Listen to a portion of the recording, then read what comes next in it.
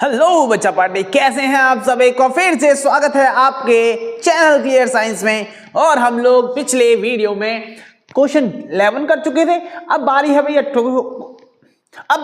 Question 12 की। तो आइए देखते हैं इस क्वेश्चन में क्या है। क्वेश्चन पढ़ते हैं और डायग्राम तो भैया दे रखा है तो अच्छी बात है। ठीक है, तो डायग्राम मैंने खुद बनाया है, आपके बुक्स में नहीं है। ठीक है, थोड़ा ध्यान दें बच्चा। 7 मीटर ऊंचे भवन के शिखर से एक केबल टावर के शिखर का उन्नयन कोण 60 है। तो पहले तो भैया ये 60 सूट छोड़ो, पहले ये समझिए आप लोग कि यहाँ पर दो चीजें हैं। दो चीजें क्या क्या है हमारे पास, एक भवन है और एक केबल टावर है। अब केबल टावर तो तुम जानते हो, जो फोन वाला टावर लगे होते हैं उसकी बात कर रहा है। ठीक है, तो उनकी बातें की गई हैं। तो ये समझ के चलने बच्चा, टावर कहां पर है हमारा टावर कहां है बच्चा, ये हमारा यहां से लेकर यहां तक ये टावर है। ठीक है, ये क्या हमारे पास टावर है ये हमारा। तो क्या मैं इसको नाम दे सकता हूं, यहां से इसको मैं ए बोल देता हूं और इसको मैं बी बोल देता हूं। तो ए बी हमारे पास क्या हो जाएगा बच्चा, टावर हो जाएगा, है कि नहीं। अब दूसरा बच्चा सामने, उसके सामने ही क्या है हमारे पास भवन है। हमारे पास क्या है बच्चा, भवन है। इसको मैं पी क्यू बोल देता हूं, है ना। जो भवन है हमारे पास क्या है, पी क्यू है। ठीक है, अब सुनिए बात, वो क्या कह रहा है। फिर से क्वेश्चन पढ़ते हैं। एक बात और, 7 मीटर का भवन है, तो ये बात लिख ली जाए कि ये जो हमारा 7 मीटर का भवन है हमारे पास, ये बात क्लियर। अब देखिए आगे क्या होने वाला है। 7 मीटर ऊंचे भवन के शिखर से एक केबल टावर के शिखर का उन्नयन कोण 60 है। यानी जो भवन है उसका शिखर पर और टावर के शिखर पर लाइन जोड़ी जाए तो उन्नयन कोण कितना हो जाएगा बच्चा, 60 हो जाएगा।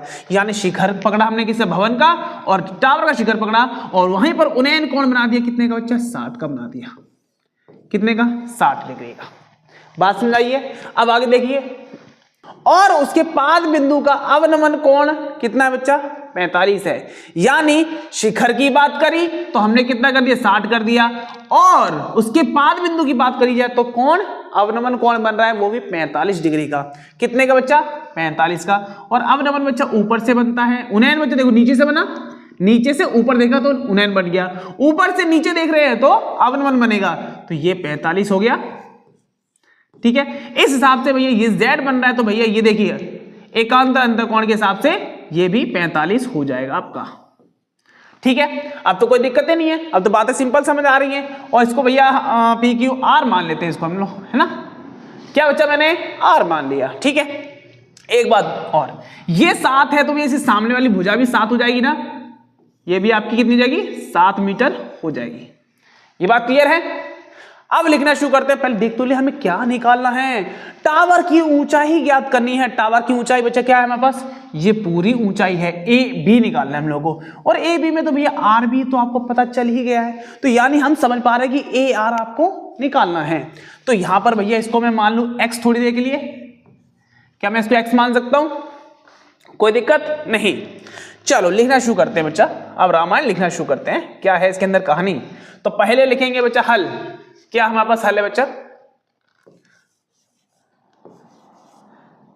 हल में हम लोग मानते हैं क्या, माना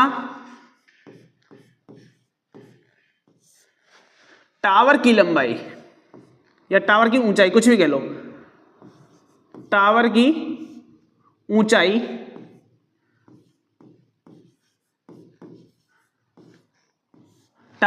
कितनी बच्चा, हम लोग क्या मान रहे बच्चा, ए बी। क्या माना बच्चा, ए बी।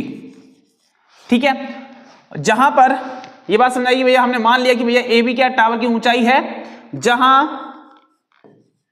एक बात हमें माननी पड़ेगी, जो ए बी है बच्चा वो किसके बराबर है, हम कह सकते हैं बच्चा A R plus R B के, या मैं कह सकता हूं एक्स प्लस 7 के बराबर है। किसके बराबर बच्चा, एक्स प्लस 7 मीटर के बराबर है, ये मैं कह सकता हूं, हाँ या ना। ये बताइए कह सकता हूं नहीं कह सकता हूं, क्यों भाई मेरे जो ए बी लाइन है वो x प्लस 7 से मिलकर तो बनी होगी ना। तो बस यही तो मैं लिख रहा हूं, यही मैंने यहां पर लिखा है, और कुछ नई बातें तो कहीं नहीं, है ना दीदी और भैया मेरे रसगुल्लो।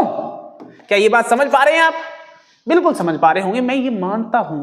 ठीक है, अब ध्यान दे बच्चा, एक बात और कि हम अब ट्राइंगल पकड़ ले, ये वाला पी क्यू बी। अगर मैं पी क्यू बी ट्राइंगल लेता हूं तो क्या ये 90 का कोण होगा, ये तो बात आपको क्लियर है ना। इसके हिसाब से देखा जाए तो भैया अगर मैं ये वाली भुजा निकाल दूं, कौन सी बच्चा, QB वाली निकाल दूं, तो QB से बच्चा मैं क्या निकाल लूंगा, PR निकाल लूंगा, और PR मुझे पता चल गई तो भैया मैं X निकाल दूंगा, तो यानी X निकाल दिया तो यानी हमारी भुजा पूरी निकल आएगी। ठीक है, तो हम पहले ट्राइंगल लेंगे क्या बच्चा, PQB। अब त्रिकोण, कौन सा त्रिकोण ले रहे हैं बच्चा हम लोग, PQB। कौन सा, PQB, त्रिकोण PQB में जो भी गाथा चलेंगे इसमें PQB में चलेंगी। ठीक है, तो क्या लेंगे बच्चा, सीधी बात है भैया, लंब हमें पता है, नीचे आधार की बात चलने वाली है, तो भैया tan लगा दीजिए चुपचाप। तो tan थीटा बराबर लंब बट्टा आधार, लंब इसका कितना बच्चा, ये है PQ, और आधार क्या बच्चा देख पा रहे हो आप, तो अपनी आंखों से देख पा रहे हो बच्चा, क्या है, QB, मेरा रसगुल्ला QB है, QB लिख दिया। अब क्या डालना है, सीधे मान डालना है, तो डालिए बच्चा, थीटा का मान बोलिए, tan थीटा का मान कितना बच्चा, 45। जब 45 है बच्चा तो PQ की वैल्यू कितनी है बच्चा, 7 है सर, और QB तो हमें निकालना है ना। तो tan 45 बोलिए कितना होता है बच्चा, 1 होता है। ठीक है, और 7 सामने है हमारे पास, और QB आपको निकालना है। तो मैं ऐसा नहीं कह सकता भैया QB को 1 से गुणा कर दूं, तो QB का मान कितना रहेगा, QB बराबर कितना रहेगा, 7। क्या रहेगा बच्चा, 7। तो QB का मान आ गया हमारा, किसका मान आ गया बच्चा, QB का मान आ गया। तो QB 7 है, तो भैया ये हमने 7 लिख दिया ना। और आप समझते हैं ये वाली बात कि भैया एक एंगल 45 का है, जितना लंब उतना ही आधार, ये बात हम समझते हैं, कोई बड़ी बात नहीं है। अगर QB 7 है तो भैया ये 7 नहीं रहेगा, PR ये भी 7 हो जाएगा। ठीक है, तो हम यहां पर लिख देते हैं, अतः हम लिख सकते हैं क्या लिख सकते हैं बच्चा, PR, या ऐसे लिख सकते हैं QB बराबर PR बराबर 7 मीटर।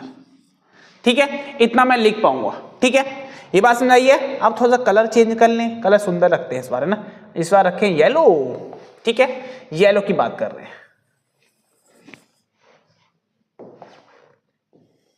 ठीक है, अब क्या करने वाले बच्चा, ट्राइंगल पकड़ेंगे। कौन सा बच्चा, आप देखो हमारा ये 7 निकल गया ना, अब मुझे निकालना है X, तो भैया ट्राइंगल ARP निकाल लूं।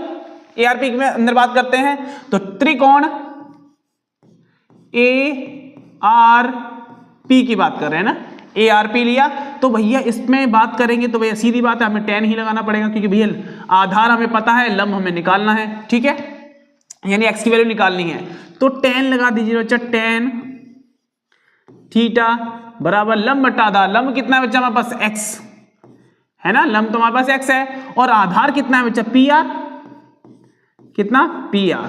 ठीक है, थीटा का मान बोलिए बच्चा, इसमें 60 है, यानी tan 60 डिग्री बराबर X बट्टा PR का मान 7 है, हमें पता है ना रसगुल्ला, इतना तो मुझे पता है ना कि PR का मान 7 है। tan 60 का मान बोल दे मेरा बच्चा, tan 60 का मान √3 होता है, X बट्टा 7 हो गया।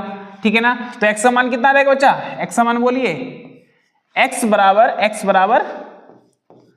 √3 7, हाँ है ना, √3 7 आ जाएगा। ठीक है, बस कहानी खत्म हमारी। अब लास्ट स्टेप बचा है कि भैया AB का मान निकालना है, तो AB का मान निकाल दें हम लोग।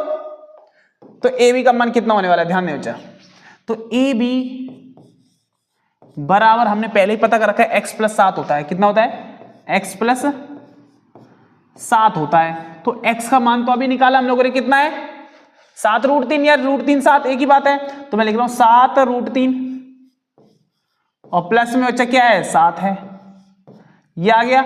और यहां से चाहो तो आप लोग 7 कॉमन निकाल लीजिए, तो 7 कॉमन निकल के वजह 7 बेचारा बाहर आ गया, और √3 अंदर, और प्लस में 1 रह जाएगा।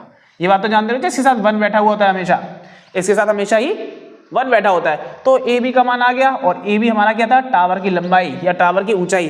तो हम कह सकते हैं बच्चा, अतः टावर की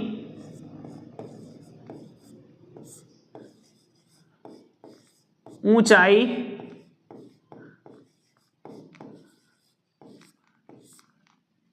कितनी हो जाएगी बच्चा, 7 √3 प्लस में 1। मीटर। ठीक है, टावर की ऊंचाई कितनी जाएगी? 7 मीटर ऊंचाई होगी। ये हमने निकाल दिया। कोई मुश्किल था बच्चा? नहीं मुश्किल था, बहुत ही आसान तरीके से किया हम लोगों ने और आराम से हो भी गया।